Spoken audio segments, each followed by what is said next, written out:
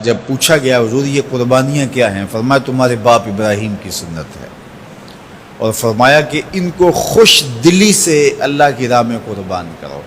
قیامت کے دن یہ اپنے بالوں کے ساتھ، اپنے سینگوں کے ساتھ اور اپنے کھروں کے ساتھ آئیں گے، اور یہ بھی ارشاد فرمایا کہ کل پل صراط پر یہ سواریاں بن کے تمہیں پل صراط سے پار لگائیں گے۔ اور جب قربانی کے لیے کوئی شخص جانور خوش دلی کے ساتھ رضائے الہی کے حصول کے لیے ذبح کرتا ہے تو اس جانور کا خون زمین پر گرنے سے قبل یہ عمل قبول کر لیا جاتا ہے۔ اور یہ بات بھی ذہن میں رکھیے گا کہ ایام نہر یہ 3 دن جو خون بہانے کے ہیں، 10، 11 اور 12 تاریخ، ان ایام میں آپ جو بھی عمل کریں، نماز پڑھیں اور دیگر صالح اعمال کریں، بہت قابل قبول ہیں اور اللہ ان کو قدر کی نگاہ سے دیکھتا ہے۔ لیکن ان ایام میں جو سب سے زیادہ اللہ کو محبوب عمل ہے وہ راہ خدا میں خون بہانا ہے، قربانی پیش کرنا ہے۔ تو قربانی کا کوئی اور متبادل نہیں ہو سکتا۔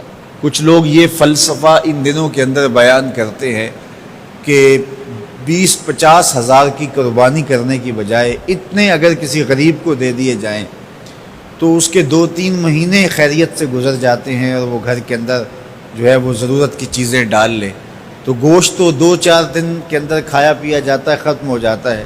لیکن اگر اتنے پیسے کسی غریب کے گھر دے دیے جائے تو یہ اچھی بات ہے۔ تو اسلام کب اس عمل سے روکتا ہے؟ غریب کی مدد کیجیے، صرف عید کے دن ہی نہیں، مینڈے کی جگہ ہی نہیں، بلکہ اسلام تو راہ خدا میں جانور ذبح کر کے اسی جذبے کو بیدار کرنا چاہتا ہے کہ تمہیں گوشت کی ضرورت بھی نہیں تھی، پھر بھی تم نے ذبح کر دیا، تو جہاں ضرورت ہوگی اور تمہاری ہمسائیگی میں، تمہارے اطراف میں جب کوئی غریب ہوگا تو پھر تم اس کے لیے ذبح کیوں نہیں کرو گے؟ اس کے لیے تم قربانی کیوں نہیں کرو گے؟ اِثار کیوں نہیں کرو گے؟ یہاں تو پھر بھی ہم گوشت خود کھا لیتے ہیں یا غربا میں بانٹ دیتے ہیں، لیکن منا کی وادی میں جہاں لاکھوں قربانیاں پیش کی جاتی ہیں، وہاں تو جانور کاٹ کے اس کو ذبح کر کے بس چھوڑ دیا، اس کے گوشت سے غرض ہی نہیں ہوتی۔ زیادہ تر حجاج ایسے ہوتے ہیں جن کو یہ بتا دیا جاتا ہے کہ تمہاری قربانی کر دی گئی ہے، اور وہ فون کال کے انتظار میں یا حکومت وقت کی جانب سے دیے گئے وقت کے بعد حلق کروا دیتے ہیں۔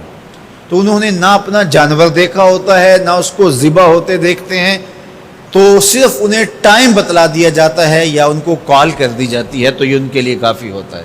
تو وہاں تو گوشت کھانا بھی مقصود نہیں، تو صرف اللہ کی رضا کے لیے جانور ذبح کرنا۔ تو جب رضائے الہی کے لیے جانور ذبح کرنے کا جذبہ پیدا کر کے تمہیں راہ خدا میں خرچ کرنے کی ترغیب دی جاتی ہے تو پھر تم پورا سال خرچ کرو گے، تمہارے لیے کوئی مشکل اور کوئی مشقت نہیں ہوگی۔ لیکن اگر تم جو ہے وہ اس جذبہ خیر سے نور حاصل نہیں کرو گے تو پھر تمہیں یہ دولت نصیب نہیں ہوگی۔ تو سب سے افضل عمل ان 3 ایام کے اندر جو بتایا گیا وہ یہی ہے کہ راہ خدا کے اندر خون بہانا ہے۔ اللہ کے محبوب علیہ الصلوۃ والسلام کی خدمت میں جو ہے وہ مینڈے لائے گئے جو چتکبرے تھے، اور حضور علیہ الصلوۃ والسلام نے اپنے مبارک ہاتھ سے ان کو ذبح کیا۔ تو عید قرباں یہ ایثار کی عید ہے، یہ قربانی کی عید ہے، اور اسلام ہمیں قربانی سکھاتا ہے۔ اسلام لمحہ لمحہ قربانی ہے، ایک ایک ساعت اسلام قربانی کا نام ہے، اور ہمیں درس زندگی